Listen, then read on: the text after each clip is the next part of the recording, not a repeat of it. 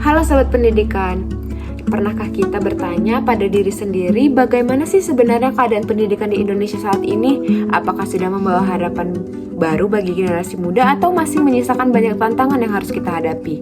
Nah, pendidikan adalah pondasi utama masa depan bangsa, dari ruang kelas sederhana hingga sekolah modern di kota besar.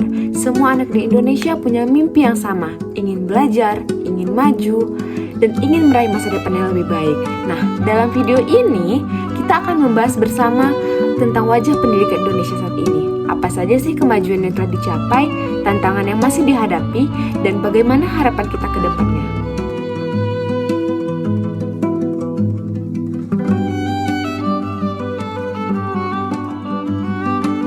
Pendidikan di Indonesia saat ini itu sangat penting untuk membentuk masa depan bangsa yang lebih baik. Melalui pendidikan, setiap anak itu dapat belajar ilmu pengetahuan, keterampilan, dan nilai-nilai moral yang akan membantu mereka itu untuk tumbuh menjadi pribadi yang cerdas dan berkarakter.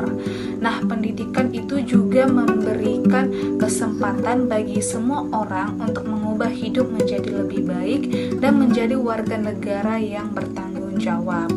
Nah, pendidikan itu bukan hanya sekedar tanggung jawab dari pemerintah, tetapi juga dari keluarga, guru, dan masyarakat. Dengan pendidikan yang baik, generasi muda Indonesia itu bisa menghadapi berbagai tantangan hidup dan ikut membangun bangsa. Oleh karena itu, pendidikan itu harus terus ditingkatkan agar semua anak itu mendapatkan kesempatan yang sama untuk belajar dan berkembang.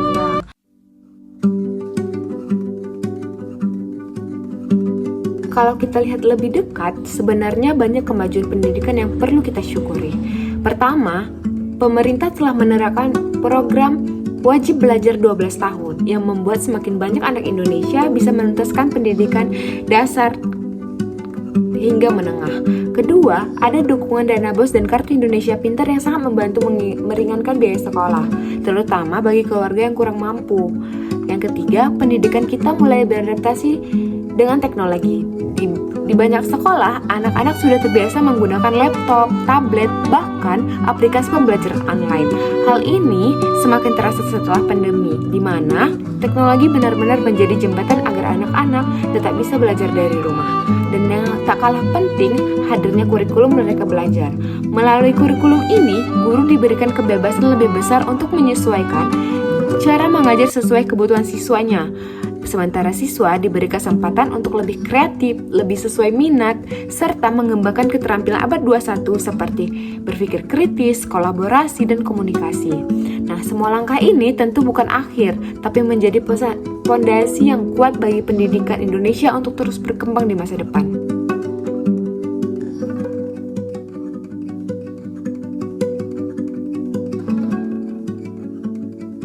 Pendidikan di Indonesia saat ini itu menghadapi beberapa tantangan penting. Banyak kualitas pendidikan masih berbeda antara kota dan desa, yang dimana itu masih banyak sekolah-sekolah di daerah terpencil yang kekurangan fasilitas dan guru yang berkualitas.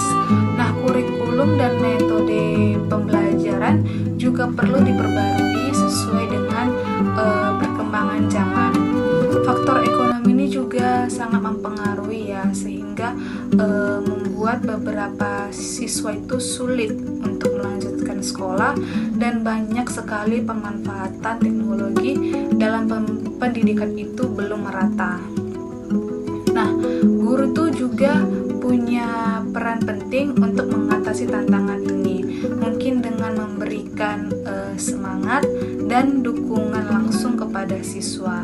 Dengan kerjasama dengan semua pihak, pendidikan di Indonesia itu dapat berjalan dengan baik.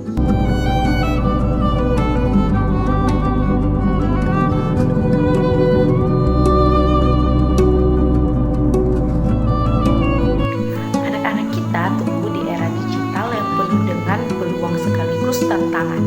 Di satu sisi, internet membuka akses pengetahuan tanpa batas. Mereka bisa belajar apa saja dan dari mana saja. Namun di sisi lain, tanpa pendidikan karakter yang kuat, arus digital dapat menyeret mereka pada hal-hal negatif. Nah, banyak remaja lebih memilih bermain media sosial sosial berjam-jam daripada belajar.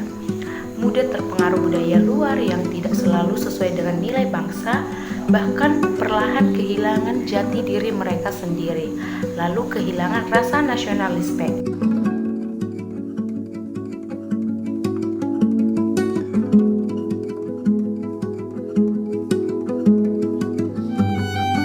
Lalu apa sih solusinya? Nah, solusi yang pertama itu dari rumah, orang tua menanamkan kebiasaan sederhana seperti membaca buku, membatasi penggunaan HP, menumbuhkan budaya literasi. Nah, dari masyarakat, gerakan membaca harus dilakukan lewat perpustakaan daerah maupun ruang baca bersama. Nah, sekolah berkolaborasi dengan dunia industri dalam menyediakan dukungan teknologi, pelatihan keterampilan, dan pengalaman nyata bagi siswa. Nah, guru sebagai garda terdepan juga wajib terus diberdayakan, baik melalui peningkatan kompetensi maupun kesejahteraan. Nah, dengan langkah bersama inilah kita bisa melahirkan generasi muda yang cerdas secara intelektual, kuat dalam karakter, serta tetap bangga dan mencintai bangsanya, meski hidup di tengah derasnya arus globalisasi.